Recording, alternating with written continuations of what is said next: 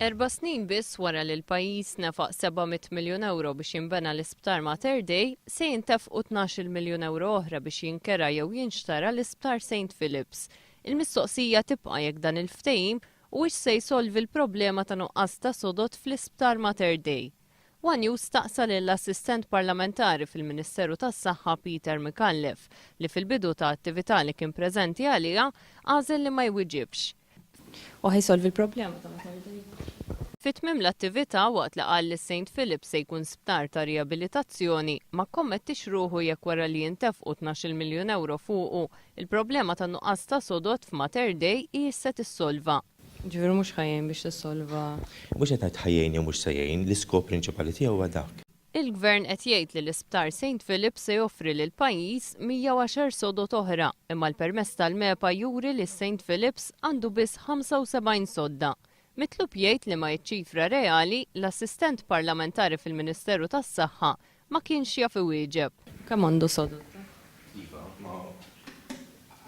Il-ġismu wieħed irid jara l-qudiem x'ħajjiġru ma jiġrix, ma din hija s-sitwazzjoni tal-isptar St. Philip's għalfejn ħajkun qed jintuża. Bl-istess mod it-tabib Peter Micallef ma kienx jaf iwieġeb meta kien informat bil-proposta tal-kiri jew xiri tal-isptar St. Philip's. Aħna kien ikollna laqgħat diversi laqgħat fil-Ministeru ta' Joe Kassar u ġieli semmejni din il-proposta. Kemm ilu? Ma nistax ngħidlek offhand. Sa dan it-tant l-editorial tal-ġurnal The Times jistaqsi kif il-Gvern ma realizzax liberazzjoni fuq l-adba. Deċiżjoni bħal tal-isptar St. Philip's kienet se tidher suspettuża. L-editorial ifakkar li s-sit ta' St. Philip's mhuwa ħadd ħlief Frank Portelli, ex-president tal-Partit Nazzjonalista, li kritika lill-Gvern brabta mal-qasam tas-saħħa.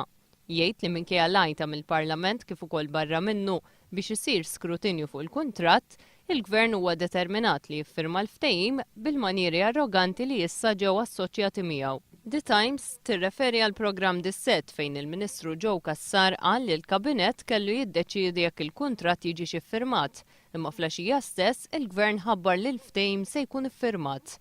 L-editorjal jistaqsi jekk dan huwiex każ fejn liti l-leminija ma kienx taf b'dak li qed isir mill-liti xellugija, jew inkella jekk hux xi ħaġa oħra.